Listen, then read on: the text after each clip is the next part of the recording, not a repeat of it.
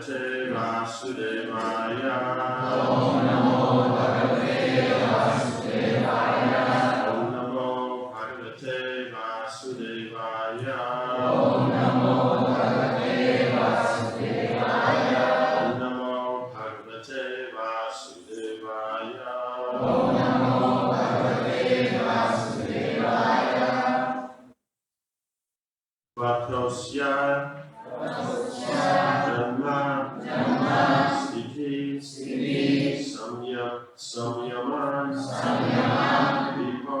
Vipo Varantyanihat Agunat Avikriyat Vayishvare Brahmani No Virujyate Ashrayatvad Upacharyate Gunai Tvatrotsya Janma Sthiti Samyaman Vipo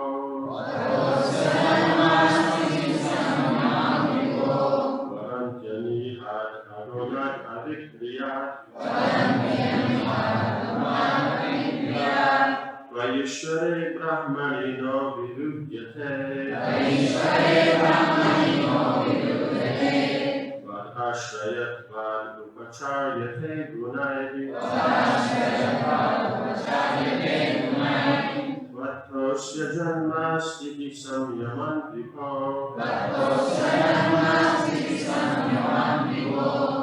Varantyani Agunat Avikriyat Vayishvare Brahmani no Virujyate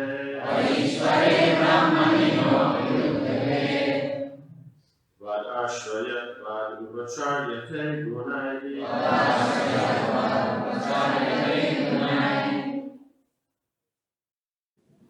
Tvataha are from your lordship, Asya of the entire cosmic manifestation, Janma, the creation, Sthiti, maintenance, Samyaman, and annihilation. Vibho, O my Lord, Varanti, the learned Vedic scholars conclude, Anihat, who are free from endeavor,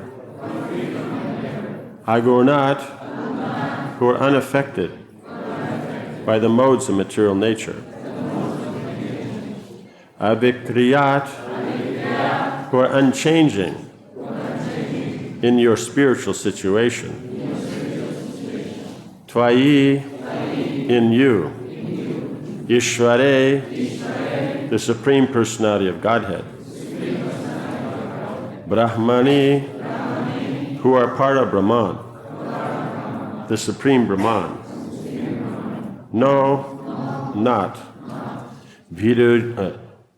Virujyate, there is a contradiction. Tvat ashrayatvat, because of being controlled by you. Upacharyate, things are going on automatically. Gunaihi, by the operation of the material modes. Translation. O my Lord, learned Vedic scholars conclude that the creation, maintenance, and annihilation of the entire cosmic manifestation are performed by you, who are free from endeavor, unaffected by the modes of nature, material modes of nature, and changeless in your spiritual situation. There are no contradictions in you, who are the Supreme Personality of Godhead, part of Brahman. Because the three modes of material nature, Sattva, Rajas, and Tamas, are under your control, everything takes place automatically. Purport. As stated in the Vedas, Natasya karyam karanam cha vidyate, natat samash cha bhyadikaras cha drishyate, parasya shaktir vivihaiva shruyate, swabhaviki jnana balakriya cha. The Supreme Lord has nothing to do, and no one is found to be equal to or greater than him, for everything is done naturally and systematically by his multifarious energies. Shvetashvatara Upanishad 6.8. Creation, maintenance, and annihilation are all conducted personally by the Supreme Personality of Godhead. And this is confirmed in Bhagavad Gita. Mayad yakshena prakriti suyate sacharacharam. Yet ultimately the Lord does not need to do anything, and therefore he is nirvikara, changeless.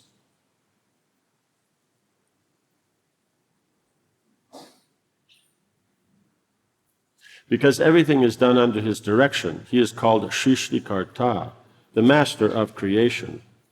Similarly, he is the master of annihilation. When a master sits in one place while the servants work in different duties, whatever the servants are doing is ultimately an activity of the master, although he is doing nothing. Natasya karayam karanam chavidyate. The Lord's potencies are so numerous that everything is done nicely.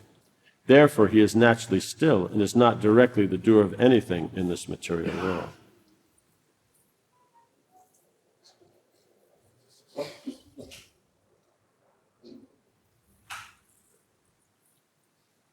So these aspects of the Lord, these qualities of the Lord, then they become important to understand the relationship with the Lord and our position.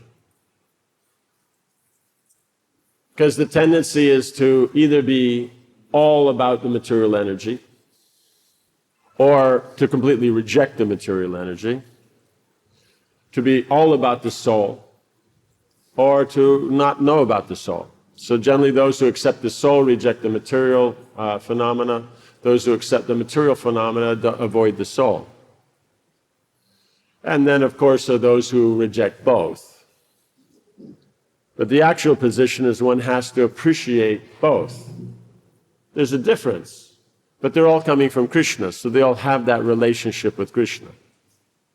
Because of this relationship, then that establishes how we're going to deal as the soul and existing within a body, how to balance that.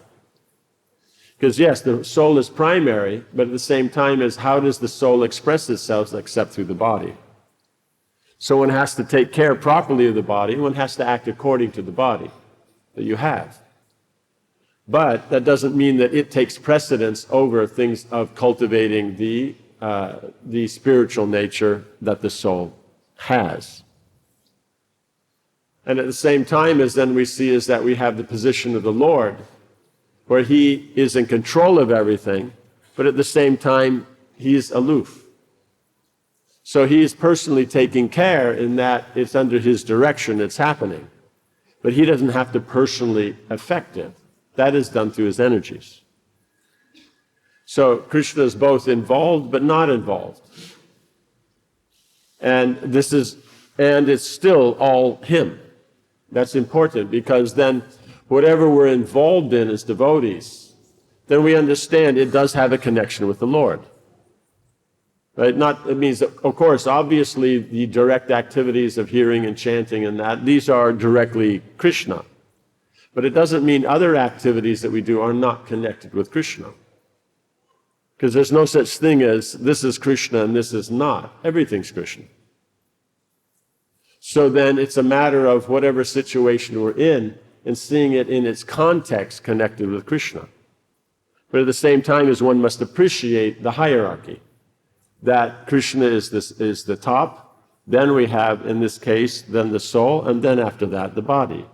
Even though they're all connected to Krishna. You still have to be able to make the distinction. So pleasing Krishna is the first aspect. The soul developing and cultivating that relationship with Krishna to please him is the next point.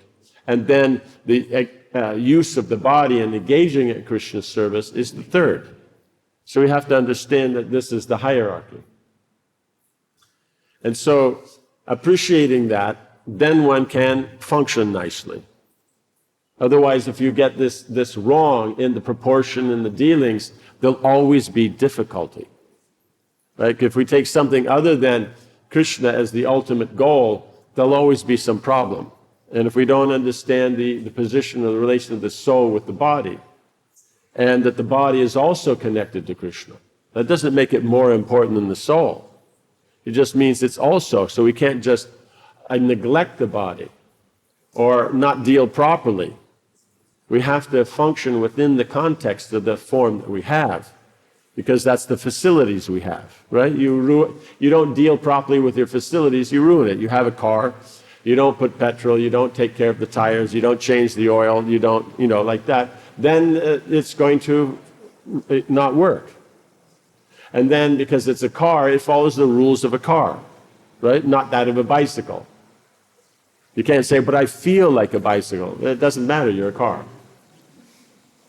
Right? So the car follows the rules of the car. Then things will work. You don't follow that, then it makes trouble. So if the car is driving in the bicycle lane, it's a problem. Right? Or, even better, on the sidewalk. So it's a problem.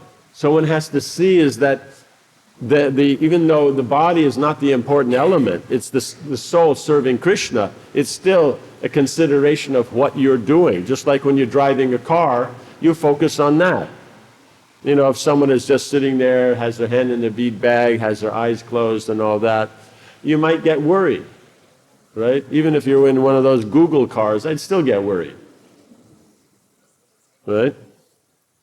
So the point is that what you're dealing with, that's what you're supposed to be functioning in. You can't say, we're not the body. Yes, of course we're not the body. That's one of the first points of spiritual life. But whose body is it? Right? It still belongs to Krishna. So since it's Krishna's body, then it'll be used according to how Krishna says the body should be used. Not how we whimsically want to deal with it.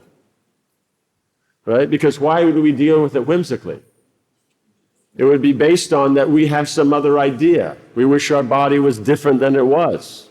And so therefore we will act according to what we feel we should have as a body. So the body's still important, but not necessarily the one that you have. But it's still on the material platform.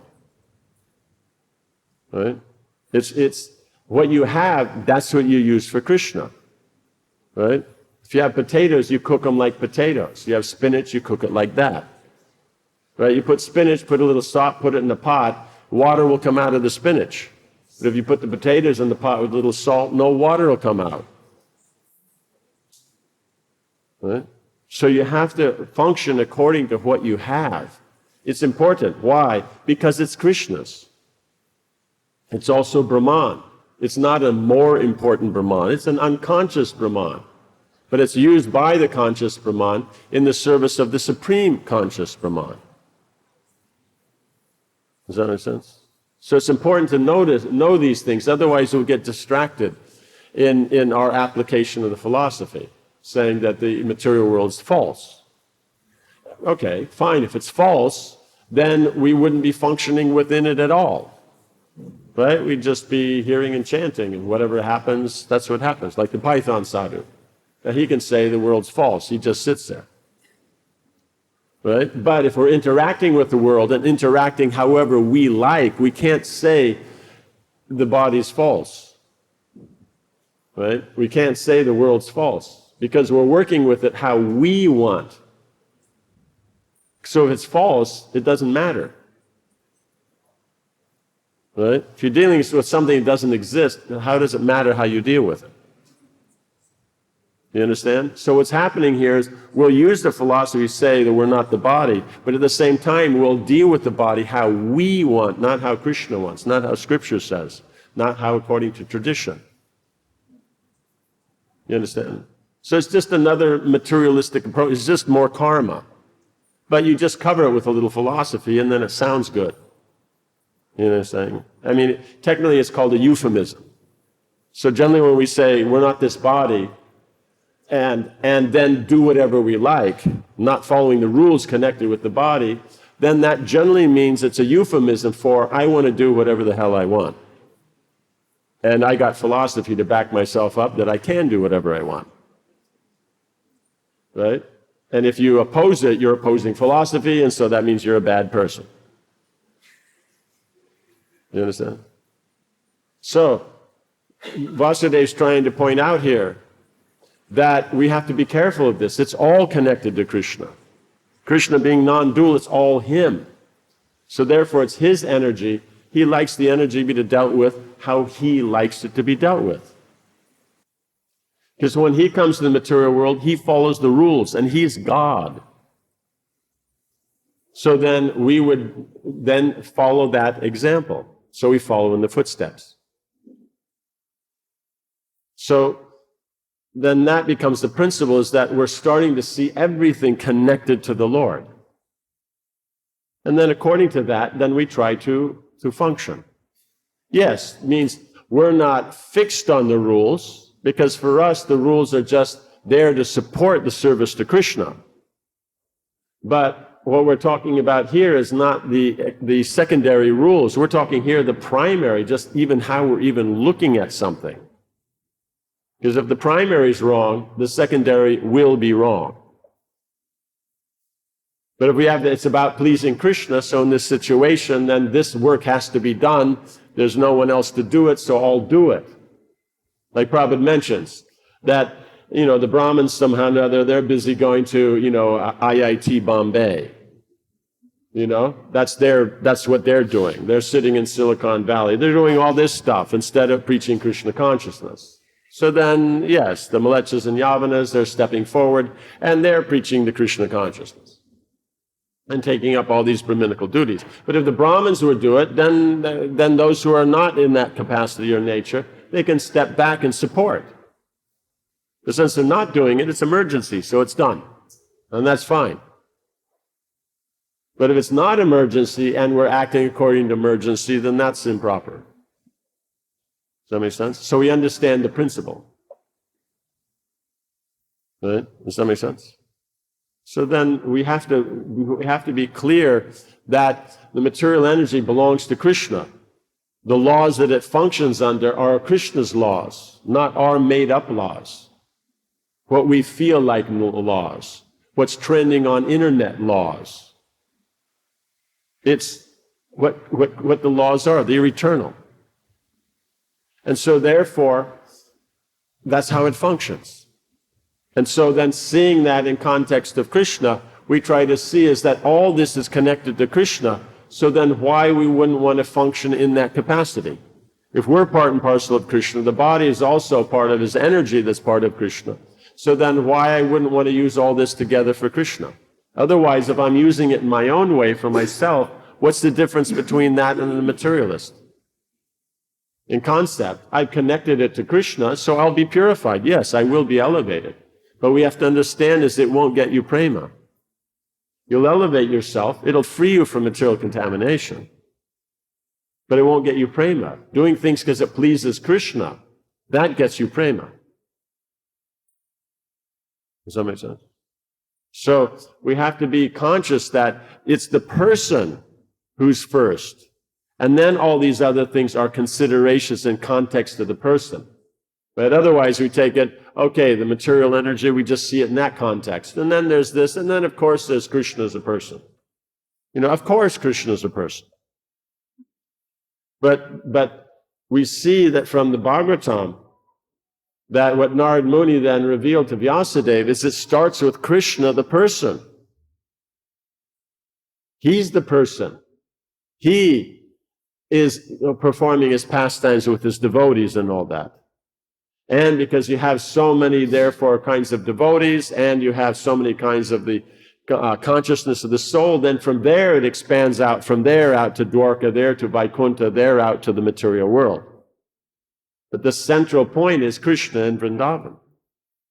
Not here, and then Vrindavan's a long way away. No, it starts with Krishna.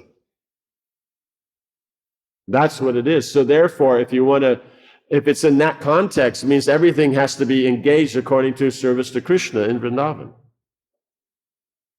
So with that, then one moves forward. We see the acharyas are regularly talking about this. In any prayers, these are always brought up. About how the non-difference of Krishna in his creation. Right? And so we can say, yes, it is a fundamental point. But fundament has two aspects. In the material world, fundament means it's a basic thing. And then we get into the extrapolations and the complications that we can add on to it by our intelligence and speculation. And then that becomes something sophisticated. And that's higher. But in the Vedic, the fundaments means they don't change. They're always there. Then details come down, and you can get different details in different situations. And those may change. But the fundaments never do. So this principle that everything's connected to Krishna, and because of that being connected to Krishna, then we have to see everything in the context of serving Krishna. That then we see, that's the meaning of Krishna's non-dual. That's the meaning of everything's Krishna, and Krishna's in everything. At the same time as he's separate as a person, so everything is used in the service of Krishna as the person. Does that make sense? So it's a basic thing that we're learning when we first begin, and we say, oh, that's just on a lower level. And it's also the highest understanding. Because it's by realization. In other words, the one point, you can realize it at the Gita level, at the Bhagavatam level, and at the Caitanya-charitamrita level. It's not new points. There's no new points in Caitanya-charitamrita or Bhagavatam than in the Gita. All the philosophical points are given there. It's the ABCs. Right? When you go to university, are there more letters in the alphabet? Right? The 26, that's just for the little kids. But then when you get into secondary school, they add a few more letters. And then when you get into university, give a few more. And then if you do postgraduate, that's when they actually give you all the letters. Right? Isn't that how it works? You ever notice that? That's why when the intellectuals and scholars speak, you can't understand what they're saying because they're using more letters. Right? Yeah? Yeah. So that's the whole thing, is it doesn't change. It's just a deeper understanding of what you can do with them.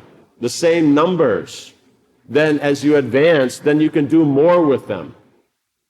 So the same thing is with the same fundaments of philosophy, more is appreciated, more depth is there.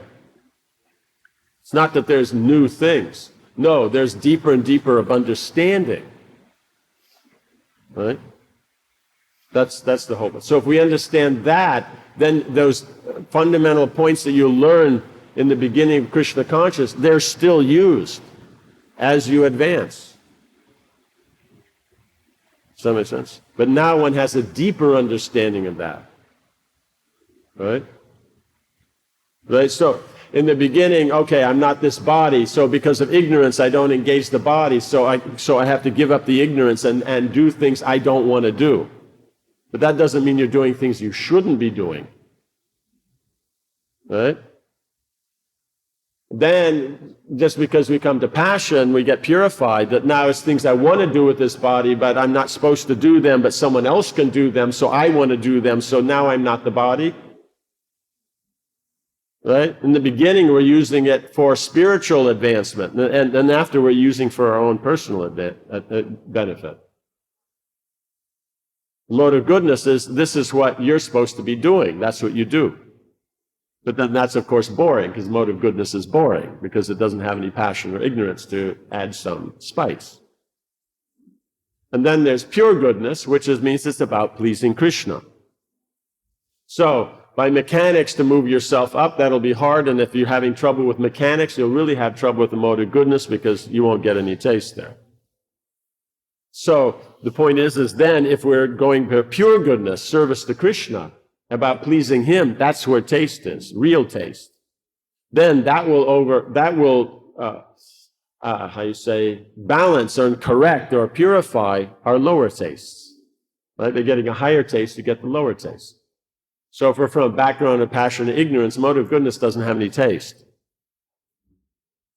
You know what I'm saying? So unless you're one of the ones that goes right out in the middle of the forest and out there and then looks around and takes that deep breath and, wow, this is fabulous, I should stay here forever, and like that, then you may not be inclined towards the mode of goodness. But even then, how long does the guy actually stay out there? Right? Does that make sense? Because after 3 days or 5 days, then he has to be to the pickup point so they can pick him up so he can go back to the city and, write his blog. Right? So the whole thing is that there's not much of an inclination, not in the modern society. So therefore, we have to replace passion and ignorance with pure goodness, basically. But we hear about, we try for the goodness because that's the situation that we use. We use goodness, means it's the duties, it's the rules, we follow those rules for Krishna. Right? If I'm following because I'll get benefit from it and I'll advance, then that's Vaidhi. But when I'm doing it because it pleases Krishna, that's called rag. But this idea is no, rag means I give up all rules and do whatever I want.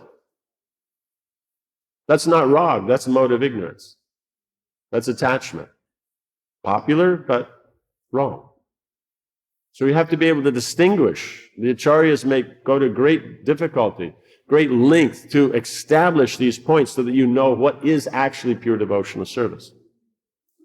And we don't do to some modern kind of social construct, then come up with all these funny things to distract ourselves from devotional service because mode of goodness is boring. Right? Does that make sense? Yeah. So then Vasudeva here then is pointing out that Krishna then, he himself doesn't have to do anything because his energies do, but that doesn't mean he's not aware of it and not in control of it. So we then ourselves in our position then see everything connected with Krishna and we're always trying to please Krishna because he is aware of what you do, right? You have to remember, he's more omniscient than Santa Claus. Right? Right? He knows everything. Okay. Does that make sense? Okay. Any questions or comments? Or?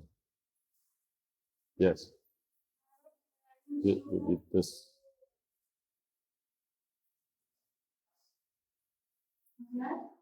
Shloka is from word nirvikar, changeless. What does it mean, changeless? It means he's unaffected by anything because means whatever affects us is coming from him. So he, being separate from what's coming from him, is unaffected by what comes from him. Does that make sense? Krishna and his energies. So his energies come from him.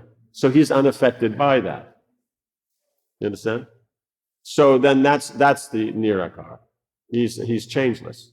So he still remains as he is, but it doesn't mean that he doesn't interact with his energy. So the internal potency he'll interact with. The external potency he doesn't.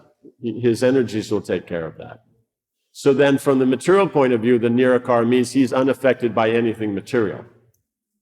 So even though he is everything, he comes as Paramatma and enters everything, still he as a person is separate. So it's not just the impersonal aspect is unaffected, it means he as a person is also unaffected. Does that make sense? And so then it's the relationship with the devotees that is interesting and why then he does different activities, but he himself is always himself. Does that make sense? So all these things are from the perspective of here. From there, it's all, he's always just, he's engaged in his pastimes with his devotees and all that, so he's unaffected by the material world. And even if he comes to the material world, he's still unaffected because he's not the one, he doesn't deal. He's above it and he's the source of it anyway. Does that work? Okay. Something else? Yes.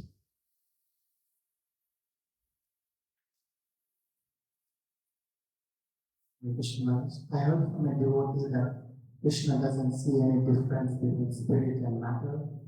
Is it mentioned like this in the Shastra? He doesn't see any difference between spirit and matter. It means it's all him, it's non-dual. But at the same time you can't tell the difference between your hand and your elbow. Right? Try to eat chapatis with your elbow. No, it doesn't work very good. So the point is he doesn't see any difference, but on what platform? That is non-different from him. It's all his energies. And at the same time, there is difference. Otherwise, how do you have individuality? How do you have relationships? So because the original person is where everything starts from, that means individuality is a principle that you're going to find in anything expanding from Krishna. Right? Because cause and effect means the nature of clay you're going to find in a clay pot. Does that make sense? Yeah. So, therefore, it's not going to change. He's an individual, therefore his expansions are individuals. He's conscious, therefore his expansions are conscious. Right? He's active, therefore they are. He looks for pleasure, that's why they do. So everything's non-different. So Krishna will see it in that way, and how it is him, and how it's therefore connected to him. Does that make sense? Okay. Next, that's yeah. Mentioned last the Brahmins from Silicon Valley. So the Malachas and Yavanas are doing rabbinical duties like preaching. Yes. But really they should be supporting. But I was just wondering, Prabhupada said that demigods are queuing up to take birth. So are they in the queue right now? Or, No, that means, but that's they're taking birth in the family of devotees.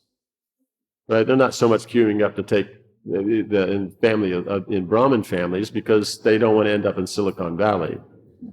Right? But it does mention, I'm not sure, Bhagavatam mentions, the other Puranas mention, but the demons, they're lining up to take birth in the Brahmin families. Yeah, because then they can be proud, they can be puffed up, they can try to say, I'm the best, and all that, which they want to do. And because as in their position it may not be working out so good, so then they can come here. It's like, you can't be a big guy in their society, in the antariksha, but down here on our level, then, even though you're a small demon, you're a big guy here.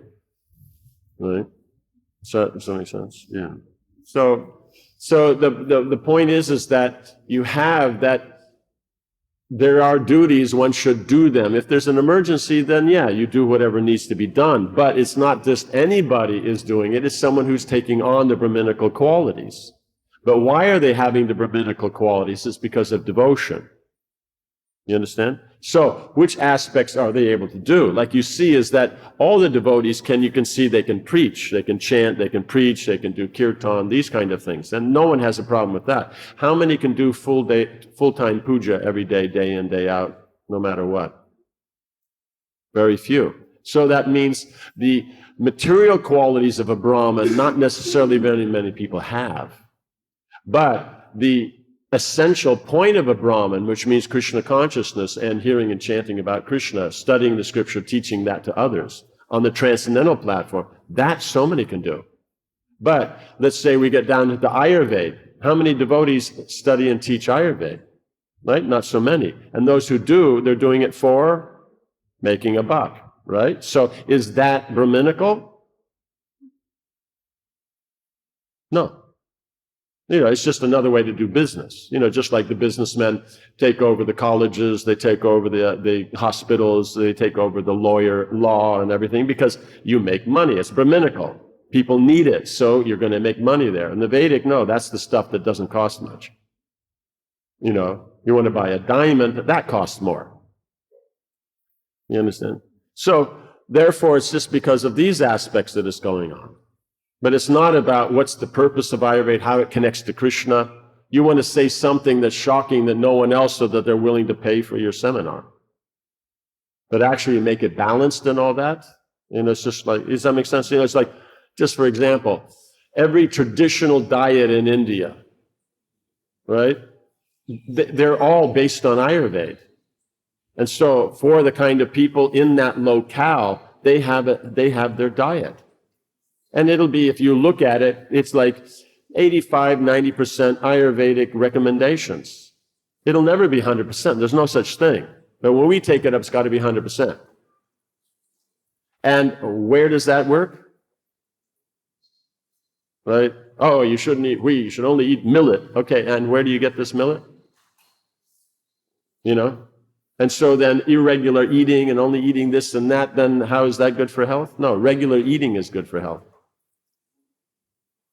So that's the whole point, is people can regularly do that. So is anybody talking about that, just following the Indian diet? Who's doing all these courses? No. It'll be something that's more akin to something they've seen on the internet. Like quinoa, that's meant for Peruvians. Believe it or not, it's their food. It's not our food.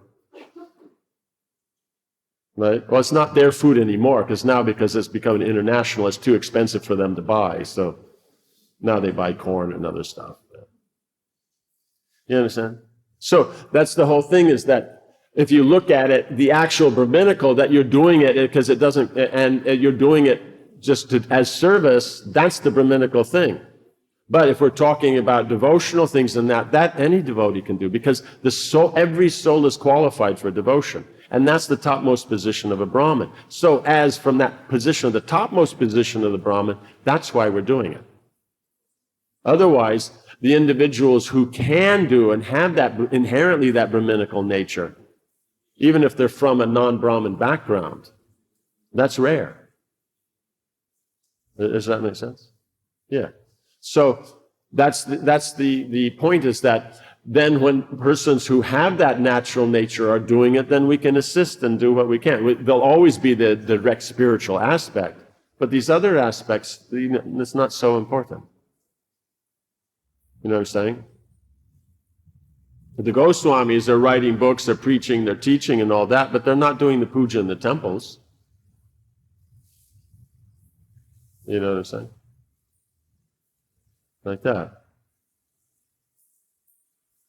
So they're on a position that they can do that higher. They can also do the other things.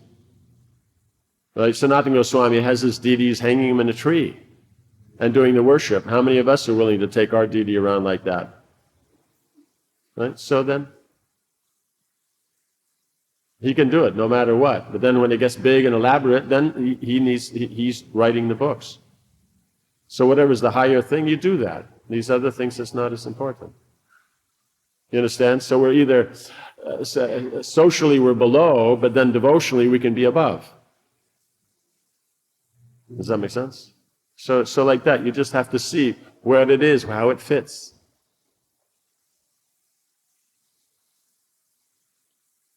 Is that okay? Something else? Yes.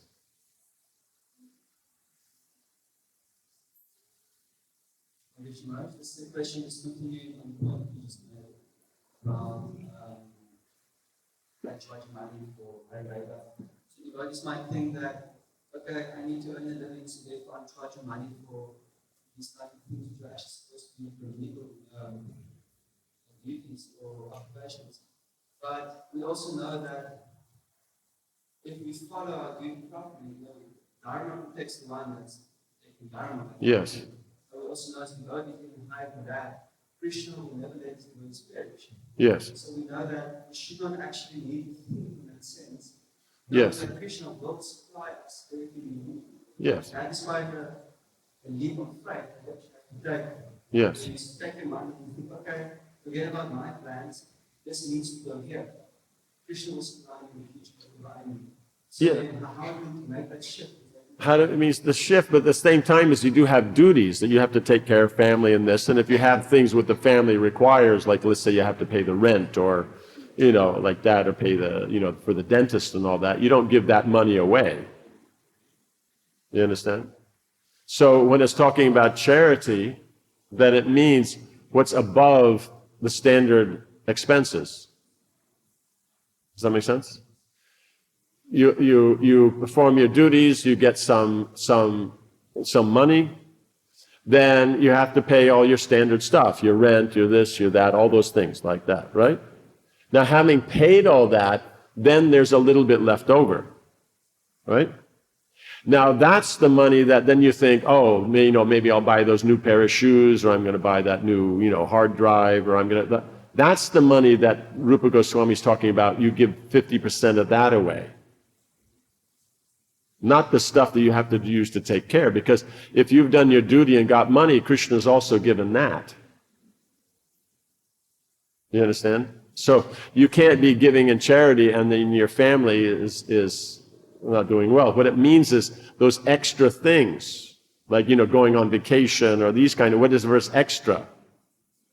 Though it's from that money that's what's giving in charity, not from the day-to-day expenses.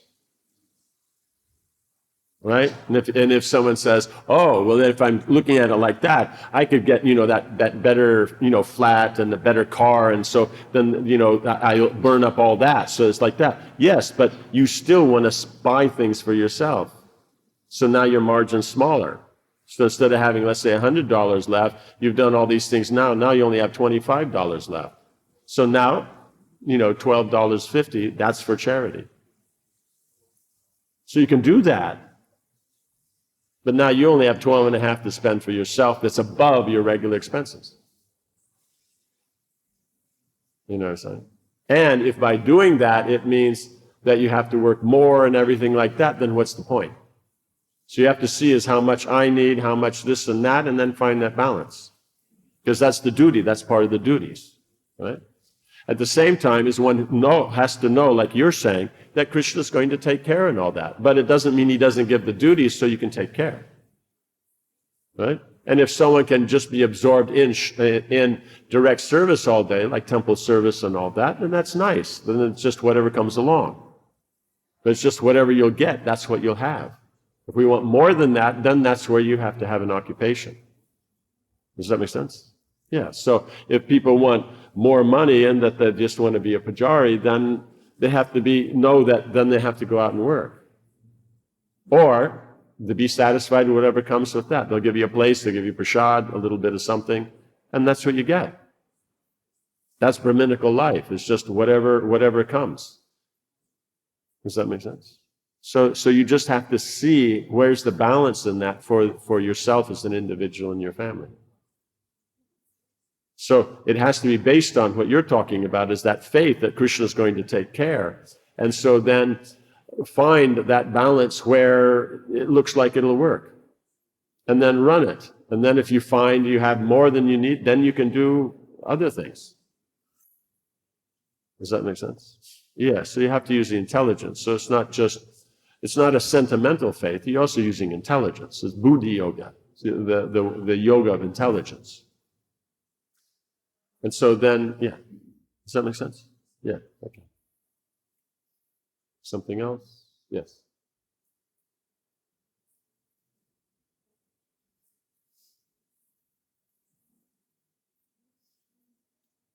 Hare Krishna.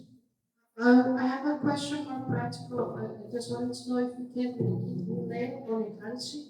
Can you eat millet on Ekadasi? Yes. No. No. Thank you. You can eat quinoa, though. Whether you'd want to is another thing, but you can. Thank you.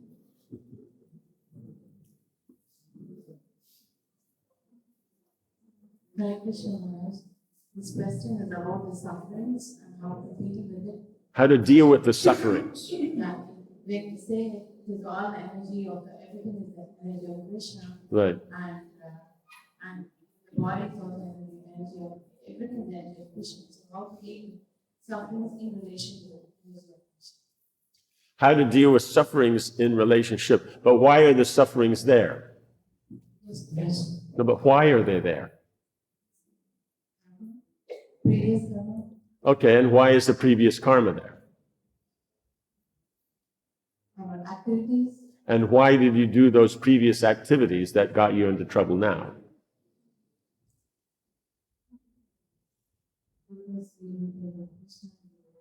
Right. And so for not thinking of Krishna and doing an activity, what's our purpose in that activity? Right? It's something, some material attachment. So miseries come from attachment. There's no attachment, there's no misery. Right? If I take someone else's, shoe and throw it out the window, you might laugh. Right? If I take your shoe and throw it out the window, you won't laugh. What's the difference? They're both shoes. Right? It's because of attachment. So suffering comes from attachment. That's why if everything's connected to Krishna, then those effects will be less, because then we see a connection to Krishna. And we get purified to the point where we're just using Krishna's service. It doesn't mean the situations aren't sometimes nicer and sometimes not, but if we're not attached to that it's got to be nicer, then why would we be upset? Does that make sense? Yeah. So we have to appreciate that it comes from there. So any problems we have come from ourselves, not from something else. It means they come through the form. The adhyatmika comes from our body and mind because we've misused that. Adhibhotika comes from that because we've misused that, and the adhyatmika comes from because we've misused that. Does that make sense? Yeah. Okay. Anything else, or we're good? No? Okay, so Grantharaj Shrimad Bhagavatam ki, Srila Prabhupada ki, Samaveta Bhakti Vrinda ki, Jainatai Gaura Premanandi.